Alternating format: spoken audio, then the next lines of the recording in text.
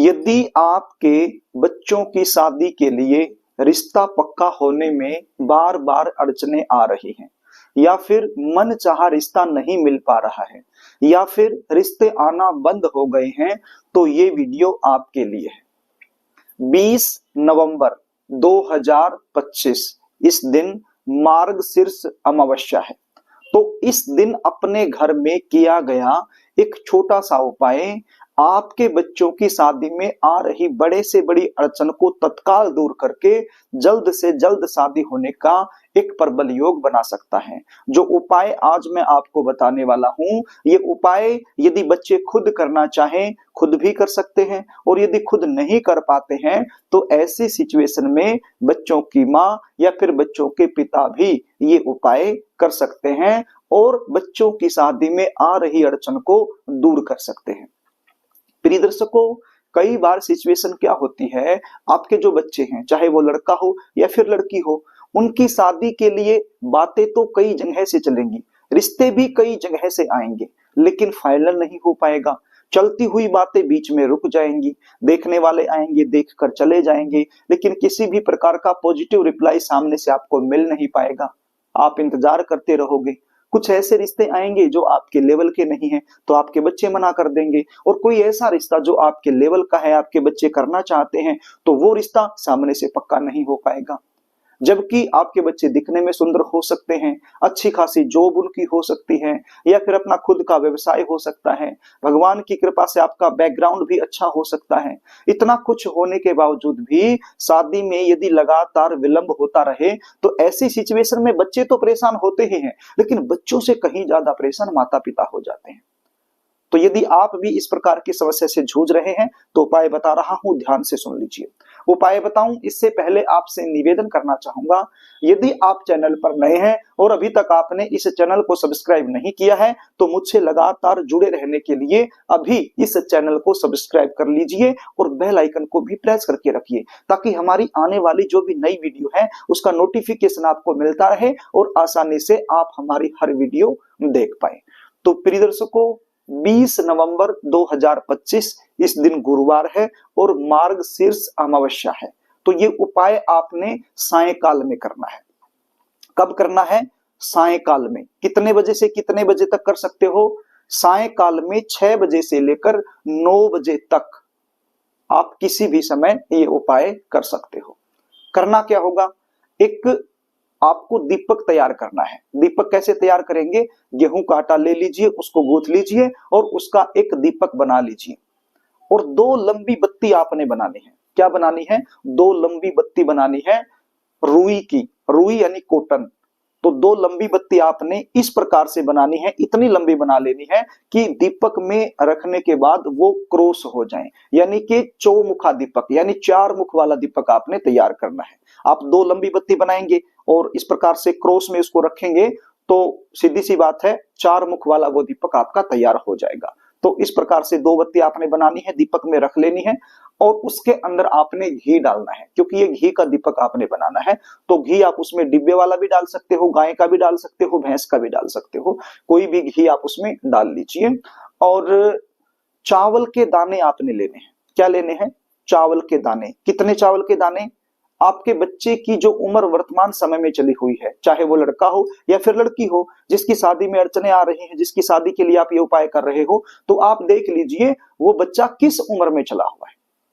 यानी कि सपोज कीजिए जो बच्चा है वो 26 साल का हो गया है और 27वें साल में चला हुआ है, तो 27 चावल के दाने लेने हैं। यदि 28 का होकर के 29वें में लगा हुआ है तो 29 लेने हैं। जिस उम्र में लगा हुआ है, जिस उम्र में चला हुआ है, उतने ही चावल के दाने आपने यहाँ पर लेने हैं। और कोशिश ये भी करना है कि जो चावल के दाने आप लोगे वो खंडित नहीं होने चाहिए, साबुत चावल के दाने होने चाहिए।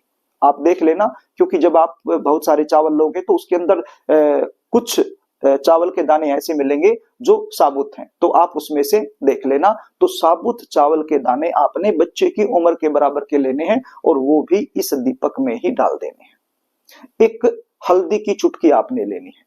हल्दी जो रसोई घर में हम यूज करते हैं, तो वो हल्दी लेनी है, ज्यादा नहीं लेनी, एक चुटकी लेनी है, और वो भी दीपक में ही आपने डाल देनी है। आप समझ रहे हैं?